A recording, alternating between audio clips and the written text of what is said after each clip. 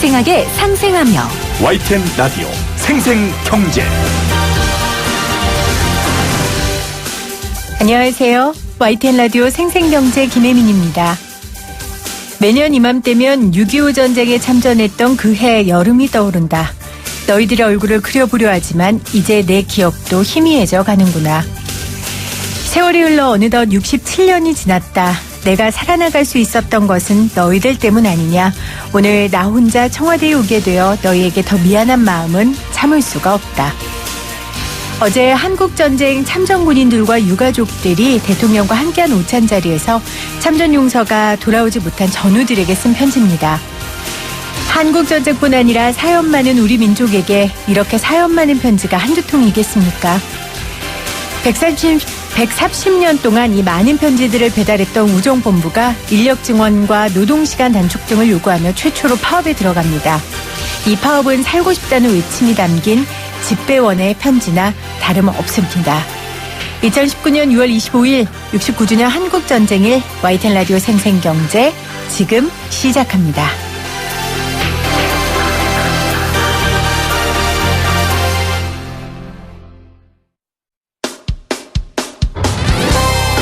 생생하게 상생하며 건강한 경제방송 YTN 라디오 생생경제. 오늘 가장 뜨거운 경제 뉴스를 제일 생생하게 전해드리는 시간입니다. 전쟁의 폐허 속에 눈부신 성장을 한 한국 경제. 그 덕에 대한민국은 세계 원조를 받던 국가 중 세계 원조를 하는 유일한 국가가 됐습니다. 원전 기술까지 수출하는 나라가 됐는데요. 어제 정부가 아랍에미리트 바라카 원전 수주 결과를 발표했습니다. 내용을 두고 말들이 많아서요. 팩트를 있는 그대로 잘 정리해 주실 분을 모셨습니다. 생생경제 밑줄짝 선생님, 개념 속속 선생님, 박연미 경제평론가 나오셨어요. 안녕하세요, 평론가님. 안녕하세요. 우리 박연미 경제평론가는 YG 전문가로 저요? 경제에서 모셨었는데. 네, 뭐 악플이 어마어마하더라고요. 네. 그럼 저희의 의도는 그게 아니었는데. 그러니까요. 네, 읽어보시면 알 수 있는데. 네, 저 그런 사람 아닙니다. 저도 그런 사람 네. 아니에요. 혼자만 그렇게 살려고 하지 마시고요. YG 전문가인데 원전 전문가. 오늘은 원전도 약자라면 YG예요. 그래서 오늘은 원전 전문가로 좀 이야기를 나누도록 하겠습니다. 먼저 어제 정부가 발표한 이 아랍에미리트 바라카 원전 수주 어떤 내용이에요? 우리나라가 아랍에미레이트에 건설하고 있는 바라카 원전 원자력 발전소가 있어요. 네. 그런데 이걸 짓고 장기적으로 정비하는 서비스 계약을 수주했다 이 내용이거든요. 그러니까 뭐 말하자면 원전의 건설부터 설계, 운영, 정비까지 원전의 전 주기에 걸쳐서 협력하게 됐다. 이 점은 의미가 있는데 왜 논란이 되는 거냐면 당초에 우리 정부가 한참 홍보했던 것, 그러니까 현 정부는 아닙니다만 당초에 기대했던 바에는 한참 못 미친 사실상의 하도급 계약 아니냐 이런 비판이 나오고 있기 때문입니다. 네, 지금 현 정부가 아니라고 하신 얘기는 그 앞에 정부부터 이 아랍에미리트 원전 수주에 관련된 작업들을 했다는 얘기예요. 그간의 과정에 대한 이야기가 좀 필요할 것 같아요. 정리를 좀 해주신다면요. 네, 일단 계약을 따낸 건 2009년이에요. 2009년 12월이니까 이명박 정부 시절이죠. 프랑스, 일본 등하고 우리가 치열하게 경쟁을 하던 끝에 이 바라카 원전 건설 입찰에 성공을 했습니다. 네. 당시 보도를 보면 우리나라가 건국 이래 최초의 원전 수출이다.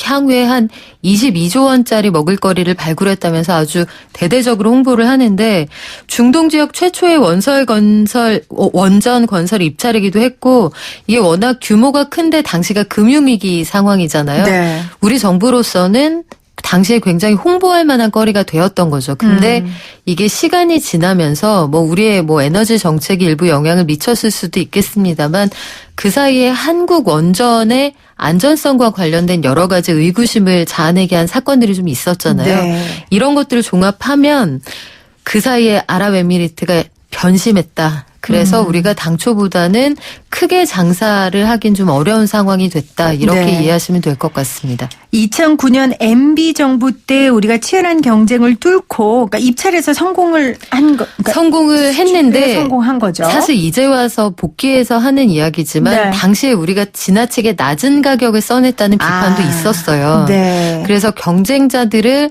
생각보다는 좀 쉽게 따돌릴 수 있었던 것이 그들이 그리고 우리가 구체적으로 얼마를 써내느냐 이게 뭐 숫자가 다 정확히 드러나진 않습니다만 한간에는 프랑스보다 우리가 정말 현저히 낮은 가격을 써내서 당연히 이 일감을 주는 사람 측에서는 한국을 선택하는 게 네. 유리했다 이런 평가도 있습니다. 네. 당시에 이제 어찌됐건 지금 다 밝혀지진 않았지만 여러 가지 상황과 사정이 있었고 2009년도 MB정부 때 이 사업을 하기로 결정을 했고요.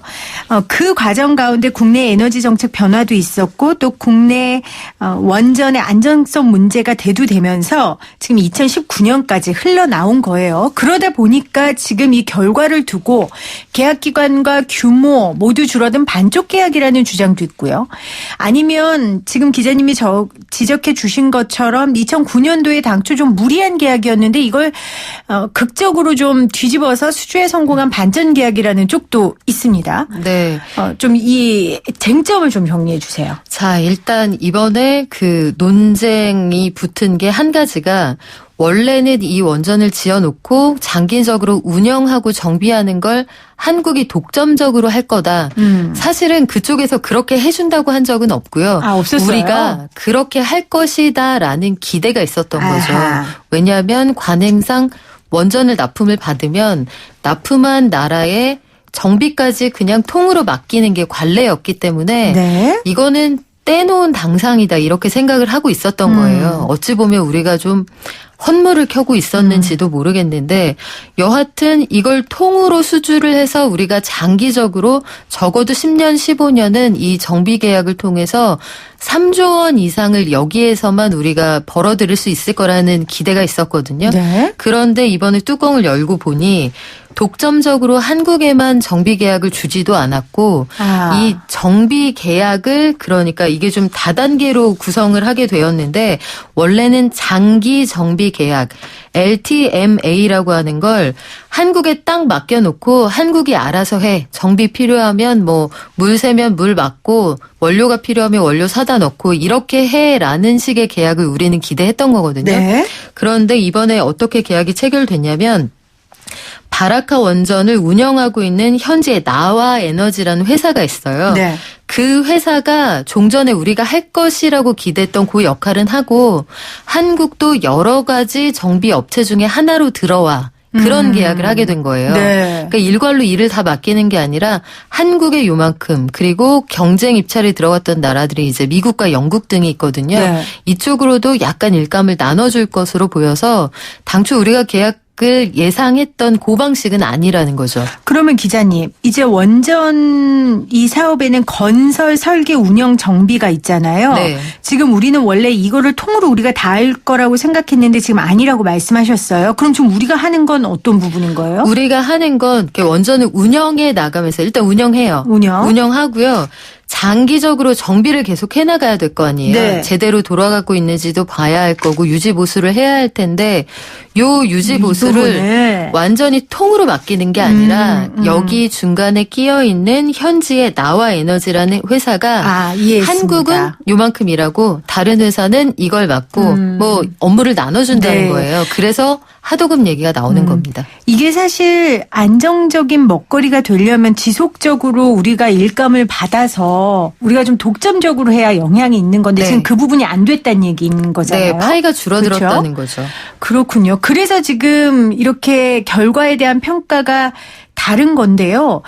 이번 수주 결과가 발표되기 전에 우리 원전 공기업에서 근무했던 기술자가 아랍에미리트 관련 회사로 이직하면서 뭐 핵심 기술을 유출했다라는 정황도 포착되기도 했었다면서요. 이 부분도 문제가 됐던 거 아닐까요? 글쎄, 그 부분에 대해서는 사실 아직까지는 다 시나리오예요. 네. 구체적으로 어느 정도의 영향을 미쳤을 거냐 이거는 사실 측정하기가 어려울 텐데 일단 국정원이 국내 민간 기업하고 전직 원전 공기업 간부가 한국형 경수로 기술 등을 해외에 빼돌렸다. 이 부분은 조사를 하고 있습니다. 네. 조사 결과가 어떤 방식으로든 나올 거고 최근 들어서 그 국내의 주요 기술을 빼돌리고 있다는 얘기는 심심치 않게 들려오거든요. 인력이 빠져나간다 등등 해서 이 부분은 아마 정부에서 단속을 하려고 할 텐데 여하튼 당초에 기대했던 바하고 계약 관계가 훨씬 기대치는 수준으로 체결이 되다 보니까 지금 일괄로 한국에만 주는 것도 아닐 뿐더러 당초 한 10년, 15년은 독점할 수 있을 거라고 기대했는데 요것도 일단 5년을 해보고 기간도. 네, 5년 후에 재계약을 할지 뭐 단가를 어떻게 할지 다시 결정하는 방식이 되거든요. 그래서 이런 것들이 좀 성에 차지 않는다 이런 평가가 있는데 또 반론도 있어요. 지금 우리 정부는 어떻게 설명을 하고 있냐면 이게 이미 현 정부가 출범하기 이전인 2017년 2월에 한국에 정비 업무 안 주겠다고 그쪽에서 의사를 밝혔다는 거예요. 아하. 이미 한국하고 계약 안 하겠다고 했던 걸 우리 정부가 아주 노력을 많이 해서 현 정부가 깨진 계약을 되살렸다. 이게 지금 정부와 한수원의 주장입니다. 그 임종석 그때 정책실장인가요? 현지에 가기도 했죠. 네, 그 네. 흰 옷 입고 그렇죠. 그 까만 피부 아주 잘 어울리시던 저 무슨 왕자인 줄 알았는데 그러면 그 당시에는 2017년도에 원래 깨졌다라는 얘기를 안 했었죠, 정부가. 안 했었죠. 왜냐면 그때는 이제 어떻게 노력해서 될지 모르니까. 해야 되는 네. 상황이니까요. 그렇게 해서 노력을 해서 지금 깨질 뻔한 것을 했다. 그래서 지금 반전 계약이다라고까지 지금 자화자찬이라고 해야 할까요? 아무튼 이 정부에서는 그 성과를 나름대로 평가를 하고 있습니다. 하지만 당초 계획했던 것보다 달라졌기 때문에 이 원인이나 이유를 찾게 되잖아요, 당연히. 네. 그중에 하나는 우리가 앞서 얘기했던 것처럼 현 정부의 에너지 정책이 변화했기 때문이다. 라는 지적도 있어요. 거기에 대해서는 기자님 어떻게 생각하세요? 영향이 뭐 전혀 없을 거라고는 생각하지 않는데 그거 때문에만 그런 거냐 그러면은 현 정부가 좀 억울한 부분이 있겠죠. 네. 길게 봐서는 그 원전의 정비 계약을 맡긴다는 건 결국 얼마나 안전하게 지속적으로 관리할 수 있느냐 그 부분을 보고 결정하는 거 아니겠어요? 네. 그런데 지난달에 발생했던 예를 들어서 한빛 원전 발전소 1호기 그 사고 같은 것들을 보시면 과거에도 비슷한 사고들이 꽤 많았단 말이죠. 네. 그리고 소위 우리가 원피아라고 해서 이 오비들이 나가서 관련 부품 회사를 세우고 규격에 맞지도 않는 걸 납품했다. 자기들끼리 잔치를 벌였다. 이런 거 사실 이명박 정부 때부터 꾸준히 저희가 보도했던 내용들인데 네. 그런 것들이 근절되지 않은 채로 시간이 꽤 많이 흘러가다 보니까 그러니까 복합적인 영향이 있었을 거예요. 한국 정부가 원전을 관리하는 기술에 대한 의구심, 안전성에 대한 의구심도 있었을 거고 또 한 가지는 이 아랍에미리트 입장에서 생각을 해보자고요. 이게 장기적으로 정비를 하는 업무잖아요. 그렇죠. 그리고 앞서 말씀하신 것처럼 기술자들도 꽤 많이 데리고 갔다. 그렇다면 이 나라 입장에서는 이 원전의 주도권을 원전을 납품하는 나라에 주는 것보다 본인들이 갖고 있고 싶지 않겠어요? 그렇죠. 그게 어느 나라이든 간에. 근데 우리나라의 경우에도 이 지금은 영구 운행이 중지된 그 고리 1호기의 경우에도 78년도에 건설이 되겠는데 77년도에 우리가 자체적인 그 정비 회사를 만들어서 우리가 스스로 정비를 했거든요. 네. 그러니까 당시에 기술력이 훨씬 떨어졌음에도 불구하고 어느 나라나 사실 기본적으로는 남 좋은 일 시키고 싶지는 않을 거예요. 당연하죠. 그러니까 그런 입장도 있었을 거고 그간의 안전사고나 아니면 한국 정부에 대한 여러 가지 의구심도 좀 있었을 거고 여기에 더해서 그 탈원전이라는 건 글쎄요 어쩌면 일종의 핑계가 됐을 수도 있어요.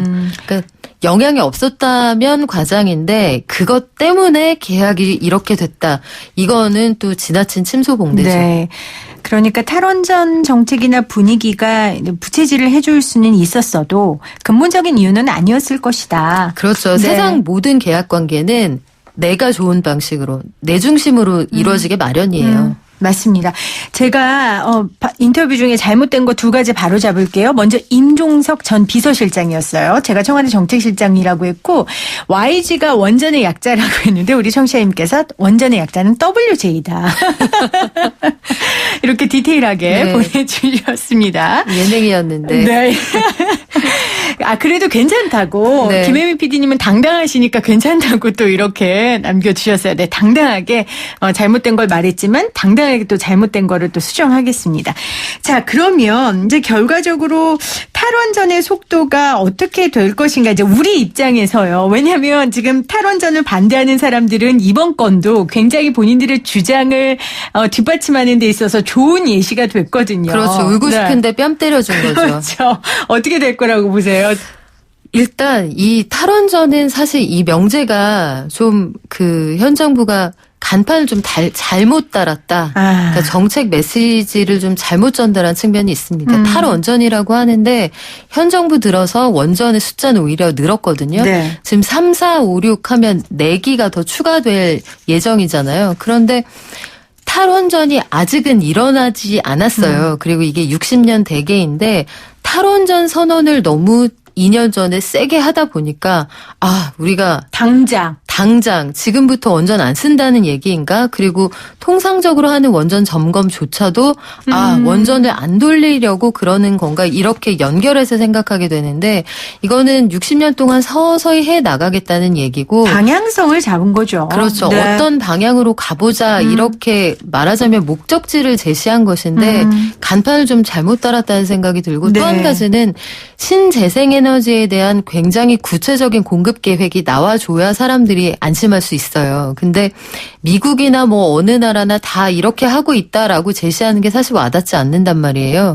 한국에는 나대지도 부족하고 신재생 에너지 인프라가 아직까지는 그렇게 눈에 띄는 그런 부분이 없어요. 네. 그리고 공급이 안정적으로 이루어질 거냐 이거에 대해서도 국민들을 좀 안심시켜 주면서 동시에 당장 원전 가동 멈춘다는 거 아니다. 이미 지금 더 많이 출력을 늘리고 있다. 이런 부분을 좀 제대로 설명을 하면 좋을 것 같아요. 네, 그러게요. 이렇게 생생경제에서 차근차근 쉽게 설명하는 것처럼 청와대에서도 하고 싶은 일이 있으면 좀 차근차근 구체적으로 국민들에게 제대로 설명해주는 그 작업들을 좀 했으면 좋겠습니다.